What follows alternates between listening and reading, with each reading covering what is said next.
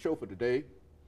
The topic is the recent elections, the elections of 2007 in Nigeria. And of course, we have with us to talk about the recent elections and the implications for the continent of Africa, Dr. LMadu2.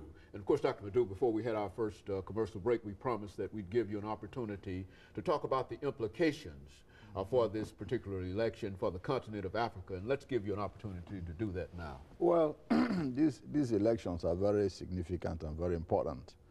As I've previously stated, this is the first time in the history of the country that one civilian government is handing over to another.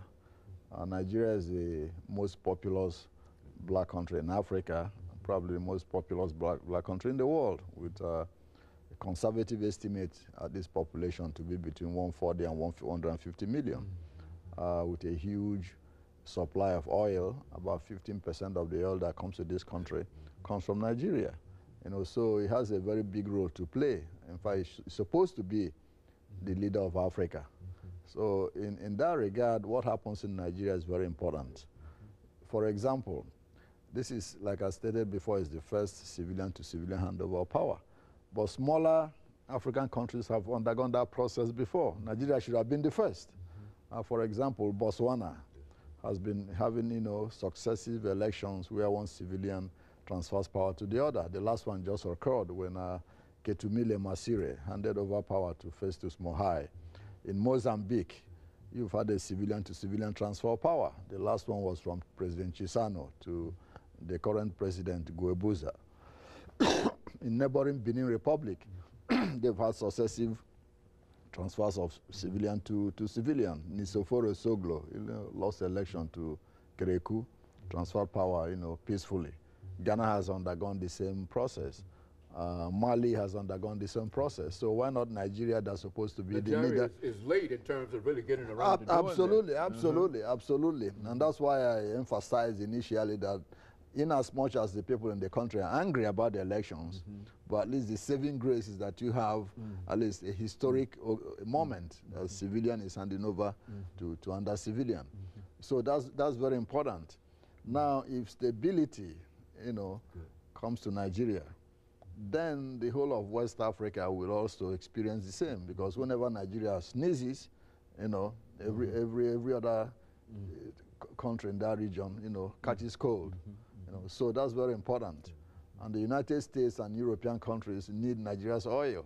So it's also in their interest to see that there's stability in the country. In fact, if you look at the foreign media, most of the congratulations to the incoming president has been from members of the European Union, the United States, and other countries, even though they condemn the election. Nigeria doing well. Exactly, at least that there's stability, no violence, and all that. Most of these countries have billions of investments in the country, in oil, in infrastructure, etc., etc. And so they will want to see a country that is stable so that their investments, can have good returns. All those are the interests. And moreover, most of the region, West African region, cannot afford to have an unstable Nigeria, where you have refugees pouring into their countries. So all these things are very important for there to be, a sustainable democracy in the country.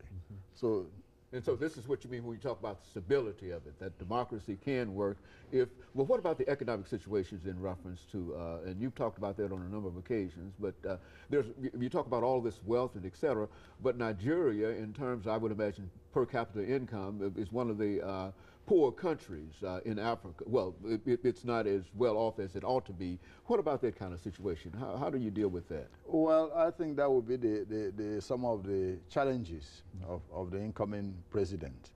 The outgoing president has, tried to introduce some reforms into the economy, which didn't go very far.